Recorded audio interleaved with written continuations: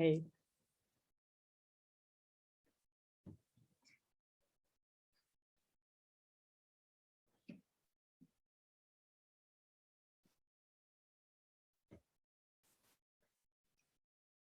Hello, people are already entering. Oi, pessoal. Ana, Camila, Maurício, Roberto, sejam bem-vindos. Welcome to our webinar. Vamos esperar um pouquinho para a gente não começar queimando a largada.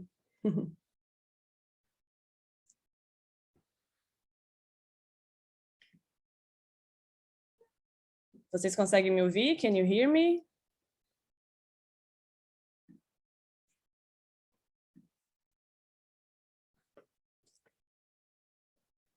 Obrigada, Camila.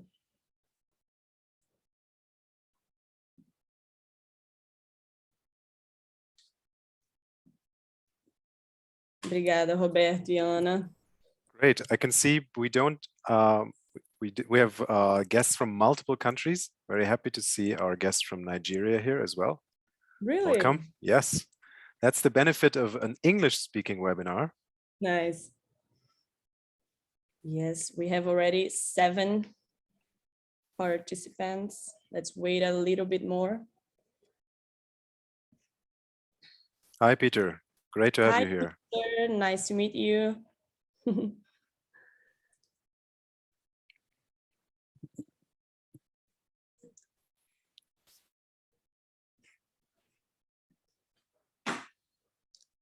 So still 7.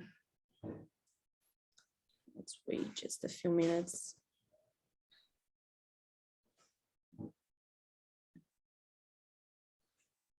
Mauricio from Atibaia, São Paulo. Hello, Mauricio. Welcome.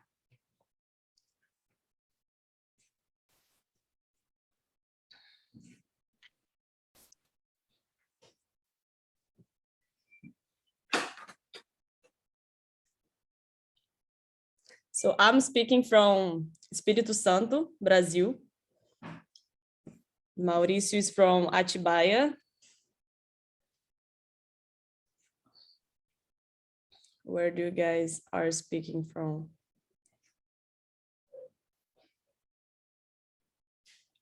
Maringá, Paraná. Nice. Nigeria. Cool, Peter. Peter or Peter? I think Peter. Peter, yeah. Cool.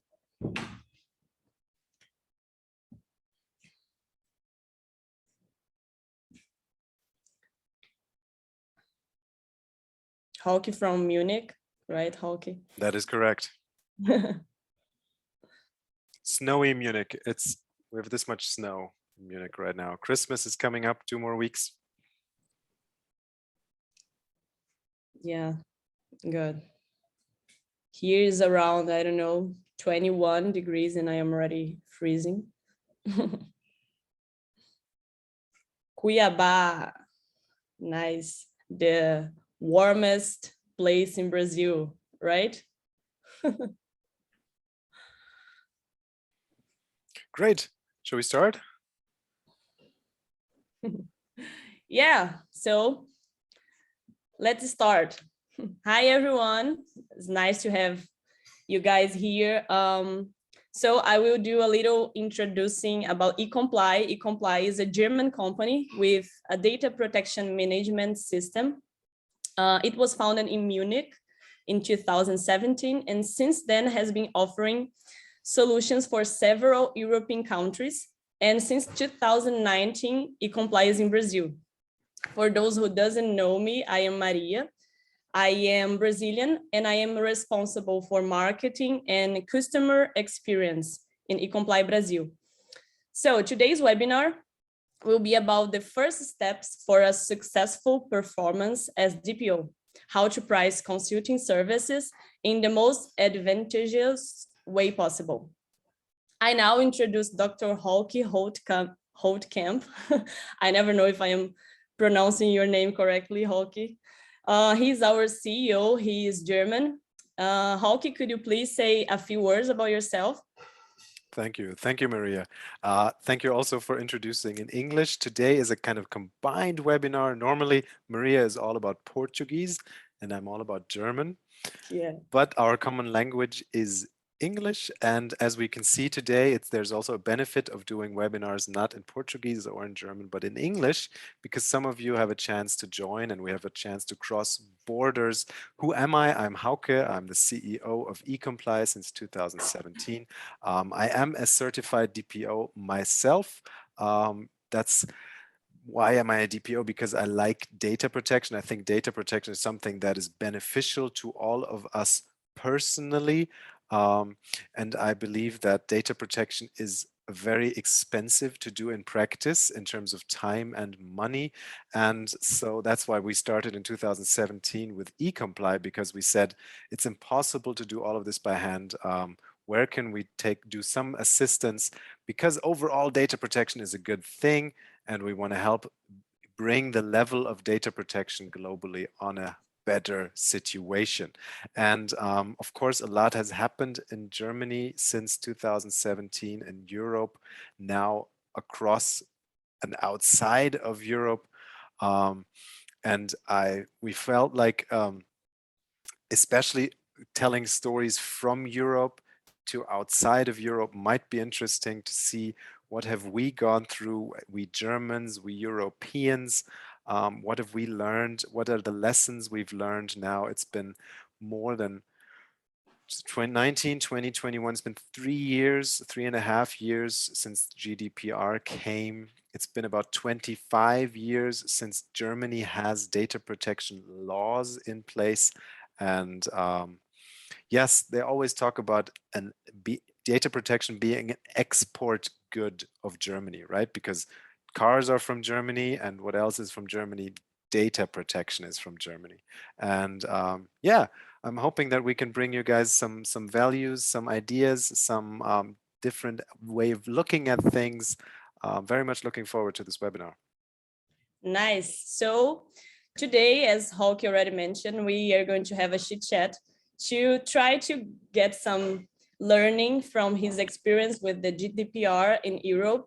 So Hauke, in your perspective, in the European perspective, in your experience perspective, what do you think was the biggest struggle for the DPOs to enter a newly consolidated market?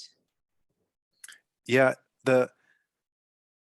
everything starts somewhere, right? And data protection starts with legislation, because that's where it came from. And Germany is quite unique on the global scale that we did have data protection laws before. The number of countries that had data protection laws before is quite small, or at least had strict data protection laws.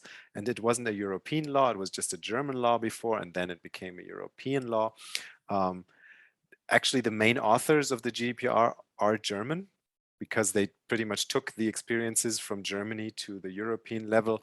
And what happened is that at the time, of course, this meant that a lot of businesses needed to think about data protection that didn't need to think about it before, and were looking for DPOs. And in the beginning, it's actually quite easy to say the benefits of being a DPO did much outweigh the challenges, right? So it's much easier to talk about the life as a DPO in 2018. It was quite easy. It was quite nice, because everybody was looking for a DPO at the time. So you became a DPO before eComply was alive, or it was the other way around? Exactly. The background for me personally was that I liked data protection, and then I heard about the GDPR coming up, and I realized that is something where I personally can combine passion and skill, which is always really nice on a personal level if it's possible to combine the job with something that you care about. What happened in practice is that I registered for a DPO exam, for a certification. And I remember vividly, it was very much booked out, right? Because at the time, everybody wanted to become a DPO, everybody needed a DPO, but those schools, they were filling up very quickly. So, but I wouldn't call that a challenge. It was just an anecdote from the time. Becoming a certified DPO at the time became really hard. In the beginning of 2018, I think the first half of 2018, all certification schools were booked out, completely booked out. And if you decided I want a certification, you had to wait six months to a year. But again, you asked me about challenges, and I mean, that's one challenge if you can't find a DPO school. But at the same time, you can start somewhere with a smaller certification or something like that. At the time, everybody needed a DPO, so the challenge pretty much didn't come in the beginning of becoming a DPO in 2018, because challenges change over time. And if I tell you about a challenge in 2018, it's a different challenge than it is in 2020. And I'm pretty sure that we also have challenges that are differing locally on the planet or in regions. But this is about stories from Europe. So I can tell you that in 2018, finding customers wasn't the biggest challenge. Pretty much you only had to write DPO on your business card, and everybody was looking for a DPO. Prices were... Everything was handmade at that point. Like there was no ways to do it automatically. Like at the beginning of the yes and no, because Germany had data protection legislation. So large enterprises had thought about it before, right? If you think about BMW or Siemens, those companies had done data protection work before, and there was software. Now you're asking about software. There was software in place for enterprises. There wasn't software in place for businesses generally, because they didn't need to think about data protection before, right? It wasn't a problem. It wasn't on their list. And just as much as data protection wasn't on their list, now it suddenly was on the menu and everybody was looking for a DPO. And so people, being a DPO in 2018 was quite a nice position to be in. It still is, but the nature has changed. And today I hope we get a chance to look at how it changed over time. I think the biggest challenge in 2018 that I saw from people was actually being fast enough at adapting to this gold rush, because it was a gold rush. Everybody was rushing to the schools, to the certifications, to the clients. Everybody was trying to get as much as possible. And there were some who were really effective in doing that, and others who well, they only got like 5 clients because they said that's all I can handle right now. And then they worked on those 5 clients and they didn't think about the rest anymore. And 1 year later, as I said, challenges change over time. 1 year later, you've done the work, but the gold rush has changed in nature. So I think the biggest challenge of being a successful DPO in Europe in 2018 was to jump at the opportunity, to recognize the opportunity, jump at the opportunity in time, but also to look ahead and not just jump at it right now, but look ahead and work on build a sustainable DPO business, because for most people it's a career change, right? Because it's new. You did something else before, and now you're in it, you're new, and you have a million things to worry about. And one of them is to actually think about the business side of it and be sustainable about it. And that's the thing we want to talk about. Pricing is very much a business decision. Today, we're not looking at the law. We're not looking at the paragraphs and articles of the law. We're looking at the business side of being a DPO. But now I've spoken for a really long time. Maria, what's up? Yes, so I have a question. What do you think, like right now, not at that point, now we are talking about what is happening right now. What do you think would be your main advice for a newly DPO that wants to enter that market, who wants to improve, who wants to have a new sector of performance? What you think would be your main advice for that person, for that new DPO now certified? Just a quick note, Maria, so we don't forget, dear audience, we have prepared some polls, Yeah, you're which right. are these pop-ups that we can send, and we're very interested in your feedback, in your impression. I think it's also very interesting to see for you what the other people respond. So I think 5 times today we're going to pop up a short, simple question and answer to see not just what we're thinking, but also what your guys are thinking. Yeah, good point, Hauke. Actually, I will launch one poll right now because as we are talking about challenge and yeah, struggles, that's our first question for you guys. So I will start that poll. Can you see it? I can see it. I can see it. So I think everybody else can. Cool. And the question we're asking is, of course, I'm telling from experience, I'm telling from history, but that's nice to get a history lesson, but what's up right now? You know, what is your challenge right now? And we're going to talk about this today as well, as finding more clients, or is it actually too much work servicing the clients? Or very typical problem that we're not going to go into today is staffing and team. I mentioned that in 2018, finding DPOs was impossible because the market was just empty. Demand was high, supply was low. So we got these polls. Do you have to end the? Yeah, I think you have to press like end poll. I know, but we still have 7, I guess, and we have okay. I will We can end leave it open. I can keep talking, I think. No, I will end it. Okay. Okay. So I have to share the results. Can you see the results? I can see. Cool. So the winner was the biggest challenge is to find more clients. Okay. So what do you think about it?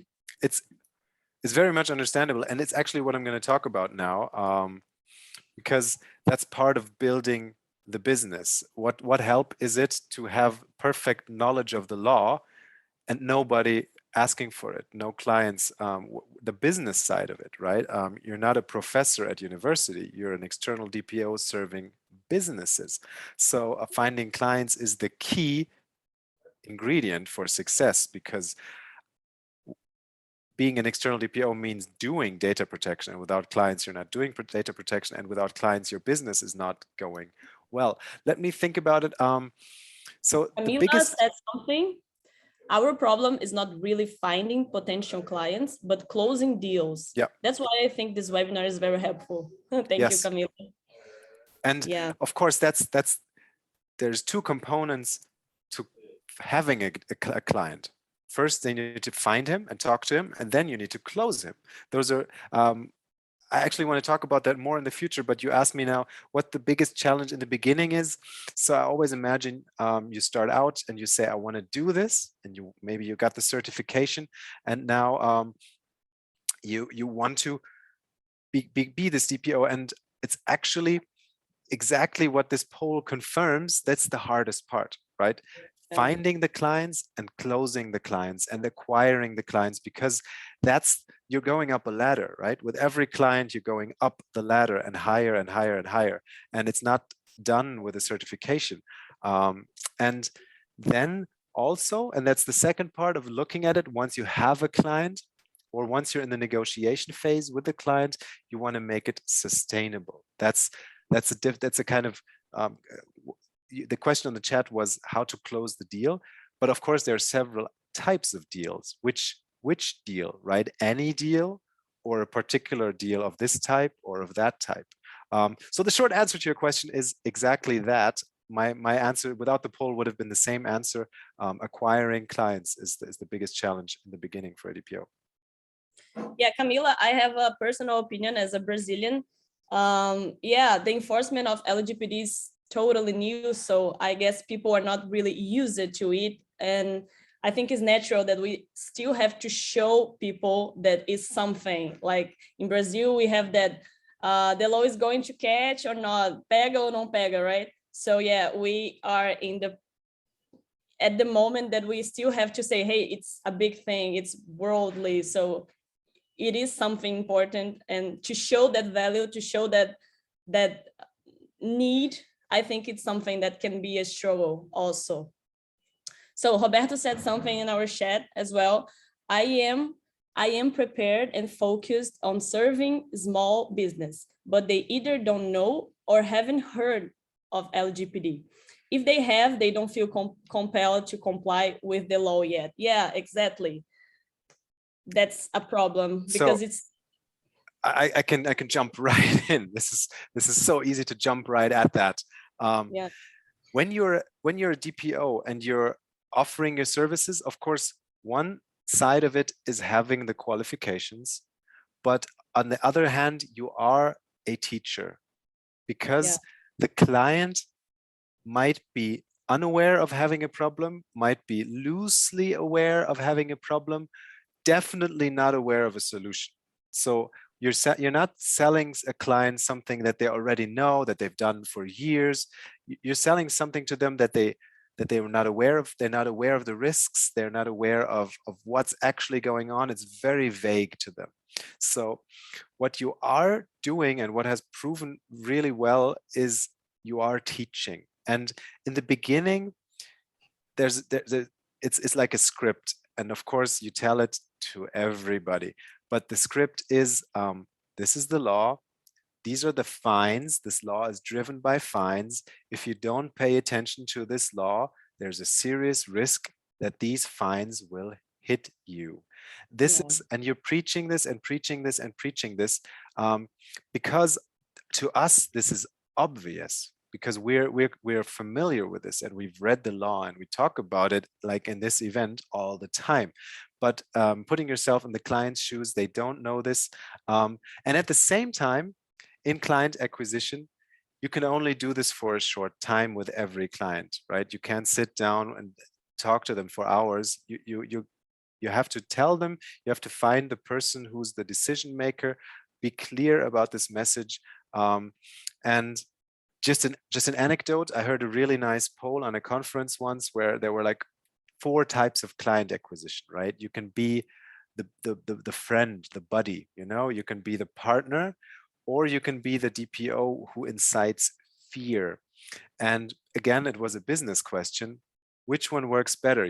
The benevolent advisor, I want to, let's be partners, I can help you out. Or the one who says, guys, you're in big trouble. If you don't act now, you have a problem. And the result was very obvious. Everybody in the room confirmed, in acquisition, that's the route you need to go. You need to go out and say, guys, there's no point in being nice, because then there's no action. If you want to have action, you got to talk about consequences. And that was for me also a big lesson, because it's not my nature to work that way. But it is that way. You have to tell the client, you didn't make the rules. This is the law. This is what it says. I recommend you to do this. For example, hire me, but typically you would recommend to act, and you are one person who can solve that problem for them, and then pass the ball to them. That's the client acquisition process. And I want to extend a little more on that. That's part of the process. And I recommend you to have a simple but clear process for the communication with potential clients, to have that first conversation and say, have a couple of qualification questions. Who are you? Where's your business at? Is this the first time you're talking to a data protection officer? Have you worked on this before? Who am I talking to? Am I talking to a decision maker or not? Just 5 minutes of questions. And then if you are talking to a decision maker, then pass this information and then say, why are we talking? Because this needs to be done. And in the third step, typically they will say, thank you very much. Can you send over some information? And what has proven very well is that the best thing to do is to have a very clear, let's call it a framework on your end. As a DPO, the client, like I said, is clueless. They don't know what they need and they don't know how to get there. So the best answer that they want to hear is, you need this, you need this, and I bring you this. And they don't actually discuss this. an experience from practice is that new clients try it out. Typically, they don't discuss that this is good or bad because they don't know. They can't tell good from bad. They can just tell this is something that they like or that they don't like. And so also make that in written format, right? A website is one important piece. They will look at your website first for a short time, then they will talk to you. And then you send them documents, which is, for example, your methodology, your framework. And I'm not talking about, university degree methodology. I'm just talking about like, these are the 4 steps or 5 steps. This is how I or my consulting firm work. And these are some documents to prove it. And this is the short version, the 5-minute version of the lessons we've learned in Europe that we hear from data protection consultants that work well because they're repeatable, right? You don't want to reinvent the wheel, and you have to assume that you have anywhere between 3 and 10 conversations to find one customer. If it's going well, you close every 3rd conversation. If it's going not so well, if maybe there's a lot of uncertainty, I know that in Brazil, for example, there's political uncertainty and that has an effect. It might be 1 in 5 or 1 in 10. Yeah, and I want to highlight something still about that. Those things that Camila and Roberto brought for us. It's like we talking as a lawyer now, we have a juridical culture that is not preventive, right? We are just acting when the bomb is there already. So that can be a struggle as well. Like the European, like the German perspective, the law, it's other approach. You're much more preventive than us. And Roberto has another question here for you, Hauke. He says he's curious. In Germany, what kind of companies provide advice for companies to comply with GDPR? Law firms, regulatory consulting firms, IT companies? So the answer is, of course, all 3. But I think the majority by now, 3 years later, are consulting firms. And there's a reason. I can give you a short history. Typically, law firms, they don't start fresh. They have clients, they have topics. So typically, if this is their portfolio, data protection comes in and they increase their portfolio a little bit. Some of their clients who ask for data protection will also get some data protection advice. It's actually quite rare to have law firms newly founded just for data protection. The number of those law firms is quite small. Typically, it's an evolution. Second, IT companies have a similar situation. They serve IT problems and their customers say, can you help me with data protection? And they do, because they expand their business a little bit. But in terms of evolution and scaling, the ones that you find now that I would say control anywhere between 50% and 80% of the market are pure consulting firms. Sometimes what I've seen a lot is that a law firm will not expand, but create a second company. It has also, it has liability reasons. We have a blog articles on liability. You can find that. For liability reasons, it's quite nice for a law firm to actually not have it all in one law firm, but to split up into a consulting firm. And what we see now in the market and also see with our customers is that these consulting firms make the majority. Cool. Camila has a question for me, actually. She wants to understand better that concept that you brought for us, Hauke, of frameworks, and she wants to understand it better in our perspective, the Brazilian perspective. What did you mean with framework? Yeah. So there is no framework in a regulatory sense, right? There's no framework like a NIST framework or an ISO framework or an IAPP framework. When I say framework, the most important thing is what the client or the lead sees, and they want to see structure. They want to see, it doesn't work well if you say, I can do whatever you need, because the customer doesn't know what they need. Much rather, they want to see there's a to-do list, a clear to-do list, and you say, this is the to-do list we're going to work through together. And that's what I call a framework. And even eComply is a framework in that sense, because the software has a piece for every to-do, right? So you have these different components that together make the data protection organization. And like I said, it doesn't need to be a huge framework with 100 pages of PDF.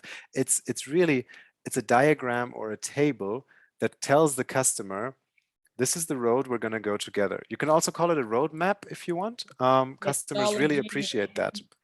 If the customer can see this is what the next 12 or 24 months are going to look like, they feel like, okay, we're talking, we have something to talk about. Great, Camila, great. Cool. So do you think that we should launch another poll right now, or we should talk about pricing? Yeah, we have that second poll. I think it matches exactly what we were talking about. Yeah, I would skip this one because, okay, so let's do this one. It's about client acquisition, the topic we have been talking. So I will start this new poll here. What's your biggest challenge in client acquisition? Let's see if everyone agrees with Camila.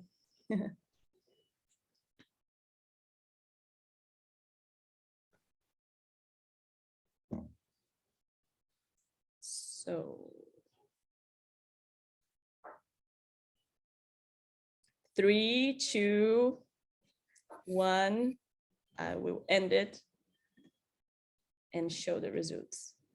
So yeah, I think most of the people agrees with you, Camila.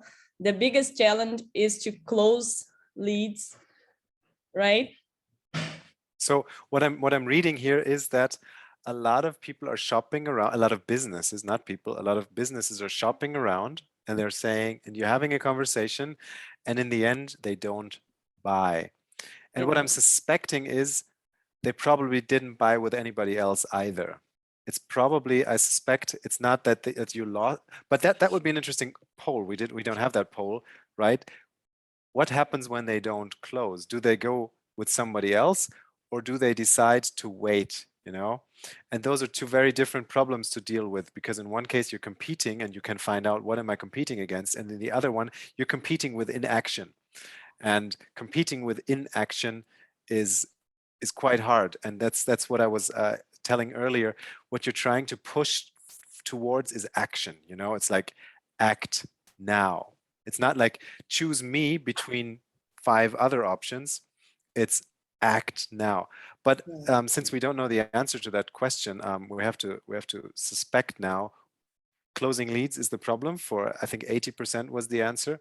That was a very interesting poll. Maybe Maria, you can. I can create a poll in the meantime. Okay. Just put a poll up. If you could just cover for me for 2 minutes, I'll create a poll on that. I have actually a personal question for one of our participants. Right now we are talking about the Brazilian and the European perspective, but we have with us right now a person who is performing as a DPO in Nigeria, right, Hauke? That is correct. Yeah, it's Peter. And I really wanted to, it's a curiosity. I really wanted to know if everything we are saying, like the challenges and the struggle, that if that matches with your context in a totally different place, in a totally different culture. I wanted to know personally. I don't know if he's here. 100%. Cool. So we know that we are people who are living in different countries with different cultures, but we have the same struggles. So,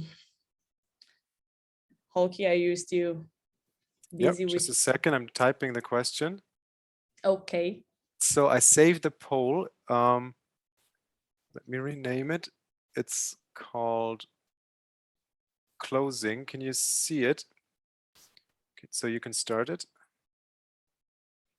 I can see. Doesn't show up in your list of polls. Okay. I thought you would pop up. Is the closing one? Closing, yes. So I will launch it now. What do your leads do when they don't close with you? So this is what I just said, right? Do they wait? Do they postpone and decide not to do anything, inaction? Or is the lesson that there is somebody else out there with a better offer or with a more convincing offer? Or maybe I missed my point entirely and it's something else. Yeah. Like here we have a Brazilian expression for that. It's like te colocar na geladeira. It's like putting you in the fridge. They decide to wait or they postpone. So I will finish and share.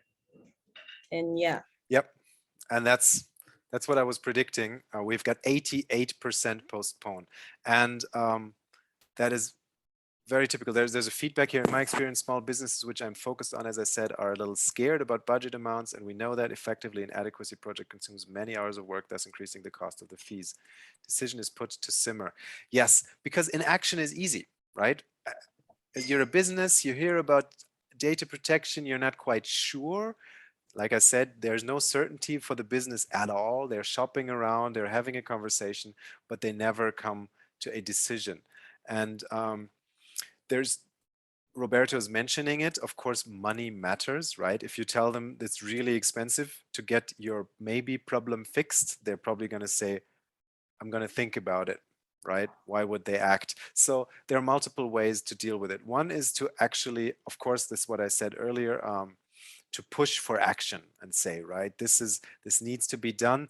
At the same time, you can't force it. You can only teach. That's why I said don't invest too much time on a single business. With that lesson, make sure the message is received, and then the question is what's the offering, and this is something historic. In Germany, we also had a history of enterprise data protection, really expensive, really big adequacy projects, big price tag upfront. And in smaller businesses, it's exactly this. They have a really hard time committing to a big budget, at least immediately. So it works much better to go in with a subscription. In Germany, this has become the standard. It was quite a fast development because in 2017 this didn't exist, and in 2019 it was the norm. All data protection services nowadays are month by month, and it's like an insurance that the small business pays for.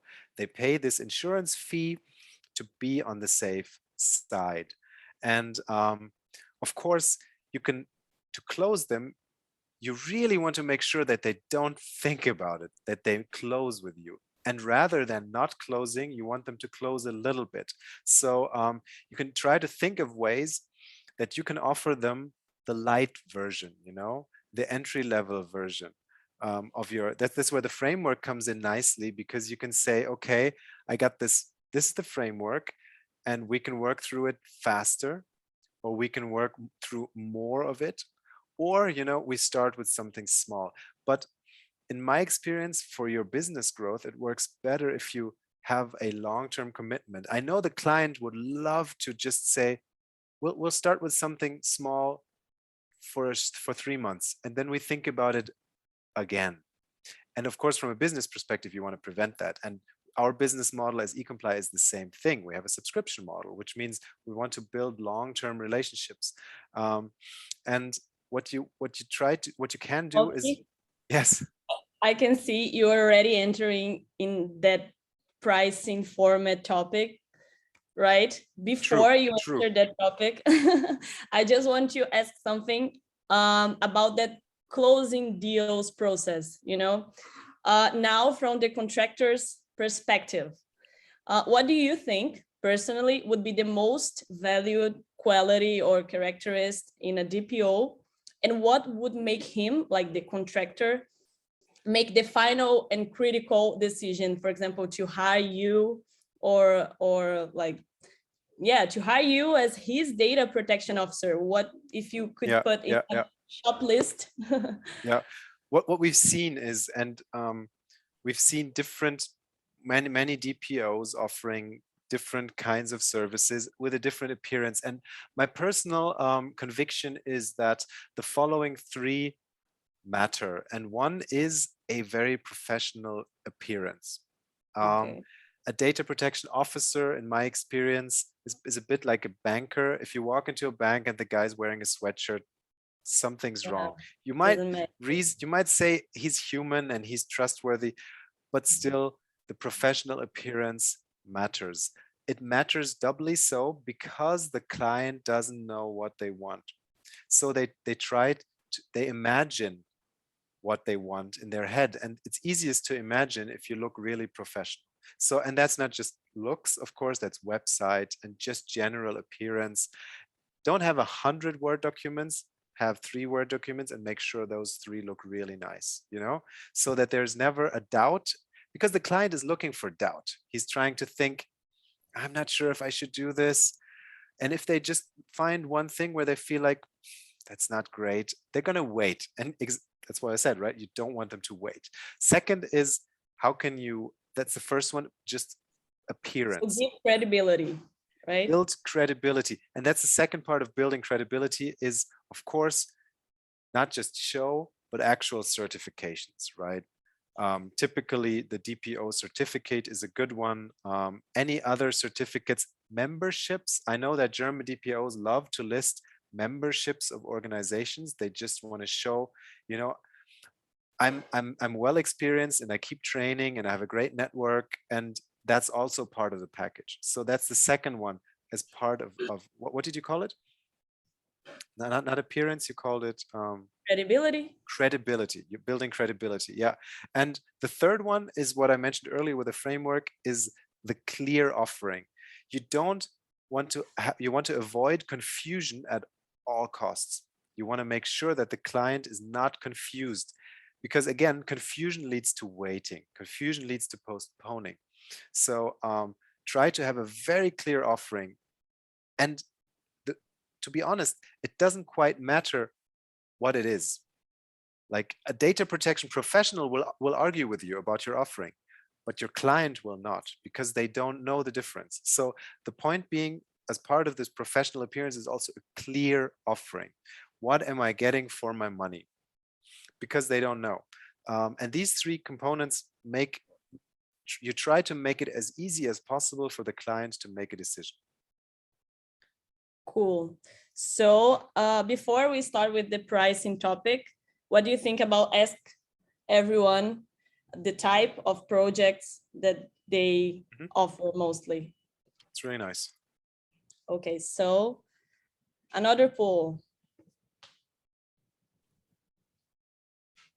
I know there are more than 2 types of projects, but generally we have these typical consulting projects that would happen in other consulting fields, where you have a certain job that needs to be done, takes a certain time, pays a certain price, project finished. But with data protection in Germany, this was created and it's become the norm, like I said, is actually the subscription type, where it's never finished. Data protection is never finished. And so the pricing and the contract model should fit that, because if it's never finished, then it should be an ongoing thing, like I said, an insurance. So right now I'll finish it and share. Very, very interesting to see this, because of course I'm talking from German experience, from European experience, and to see this is a big learning for me. To see that 2/3 of the projects currently that you're reporting are fixed price projects. And like I said, a client likes to know that the project has an end, you know, that the paying will not go on forever and ever and ever. And I'm trying to think, in the beginning, in Germany, we had a hybrid because demand was high. And I remember that in the beginning, in 2018, it was possible to charge a base fee with additional projects on top. That was because it was like a base fee to make sure everything is an insurance, and then for additional work you'd pay more. And that's something that, yeah, you have to try it out. Like I said, with a methodology, offer the basics and see if there's willingness or need for more. But this is very interesting because this is a cultural change that has to happen also in the minds of the people. And of course, if competitors offer projects and not subscriptions, many clients will go for the projects. And we've heard it too sometimes that the e-comply pricing model, which is a subscription, doesn't always match the short-term limited projects out there. And we're also thinking about this. In Nigeria, sorry, you go. Yeah. Okay. In Nigeria, a data report needs to be sent to the authorities on annual basis. In such instances, it's continuous. Yeah, that's a great reason for the customer to understand that this is not finished, This is something that goes on and on and on. And I can tell you this preaching happens in IT security as well. A customer perspective, an ISO 27001 certification is a one-time thing, right? I want to get certified. So after I'm certified, I'm done. But the lesson is actually, no, you're not. You're certified once, but you want to stay certified, right? So you have to keep doing it. Oh, is that right? So you're teaching, you're the people, you're the seeing people in a world of less, I don't want to call them blind, but less seeing people, Yes, so teaching is a big part of the sales process. Roberto said something else as well. In my case, at the moment, I have been hired as a DPO as a service for a certain company, but I am also acting and looking to act more in projects of adaptation of companies to the LGPD.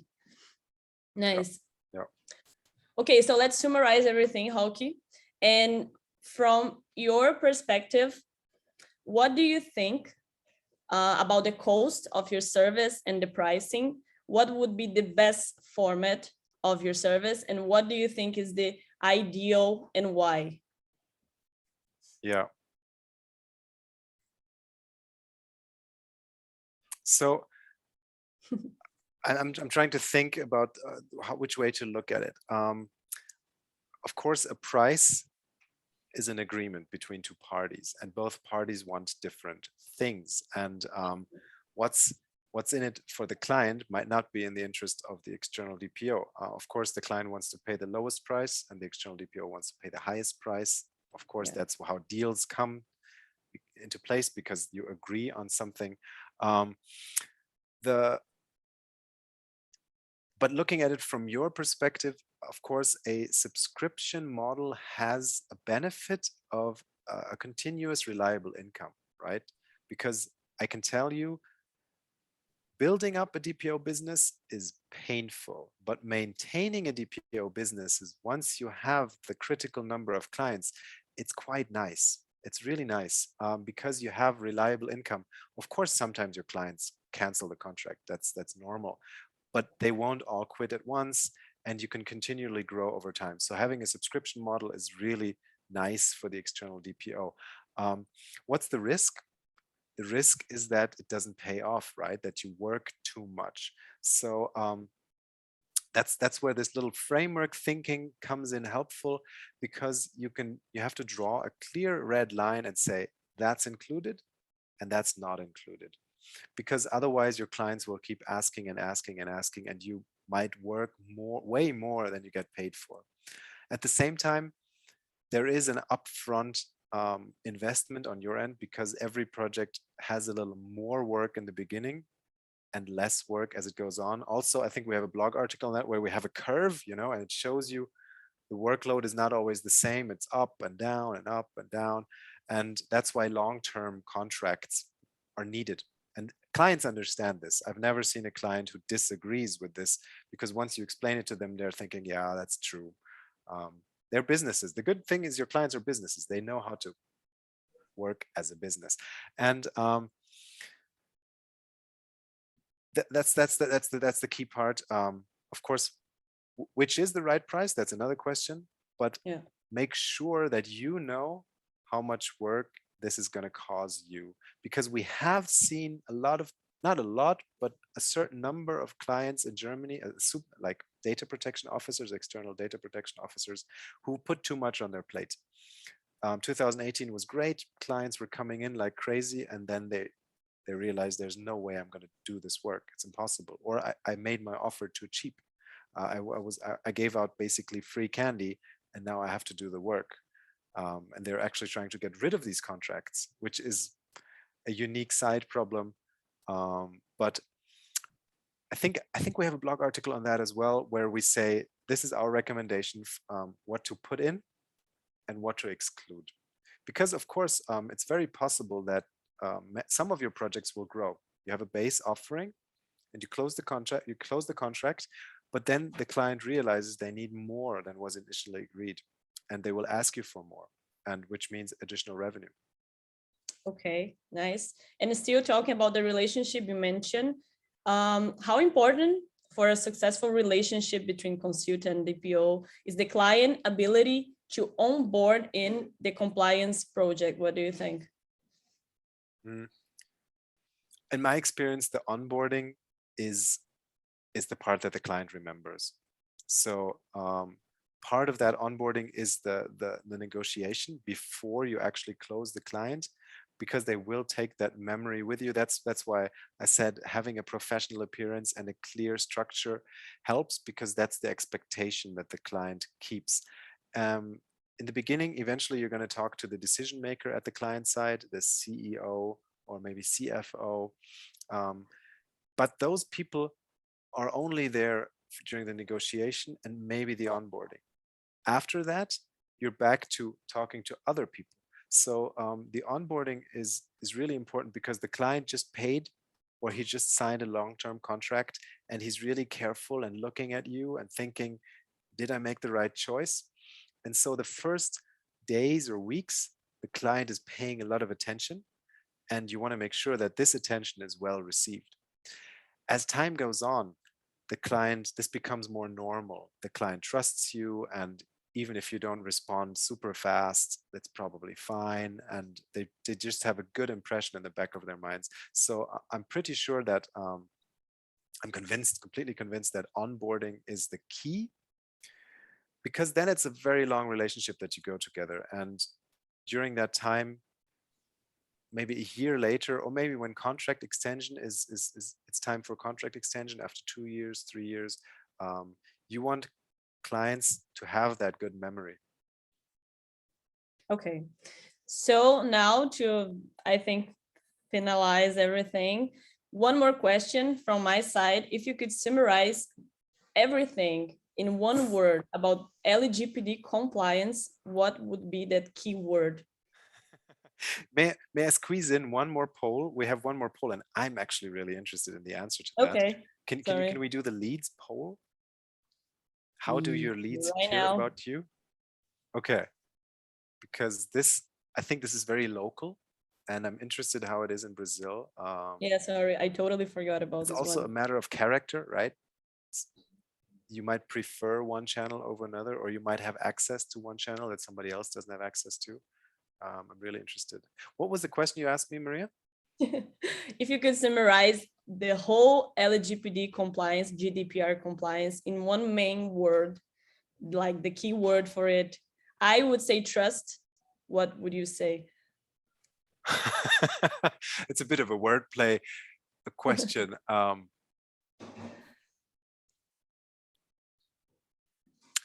Patience. And why? It is a long road. It's a long road for everybody involved, and there is no sprint, there's no shortcut, there's no jumping. The biggest lesson is this is a long game for everyone. Data protection is not going away, and so patience is the first word that came to mind for me. Okay, so now I'm finishing the poll and sharing the results. Mm-hmm. Yeah. So it blows the scope of this webinar. We've been at it for almost an hour, and I think we said it was going to be 30 minutes. But there are some channels that you haven't tried, and we know from reporting, everybody who does Google Ads tells us if it's well done it works well. Google Maps as well, because sometimes DPO is local, right? Customers look for a DPO close by, not at the other end of the country. But yeah, that was very, very interesting. Thank you for answering that poll. Yeah, I guess that's it. We are almost in 1 hour in that chit chat. So there is some questions here.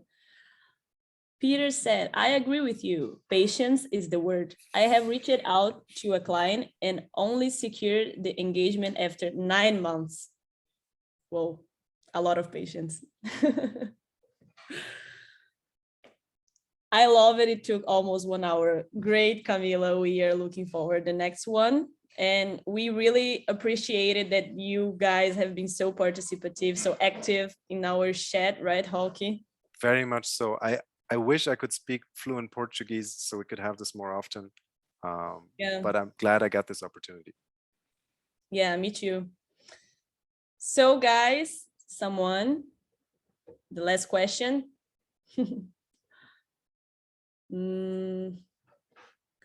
Yeah, I think that's it, Hauke. Great, thank you. When we close this webinar, there's a small survey coming up that would help us do better webinars in the future. We much appreciate if you give us a hint. Yes. So thank you very much, everyone. And looking forward to the next one, right, Hauke? Same here, same here. Thank you, Maria. Thank you, Hauke. Thank you, guys. Bye-bye. Bye.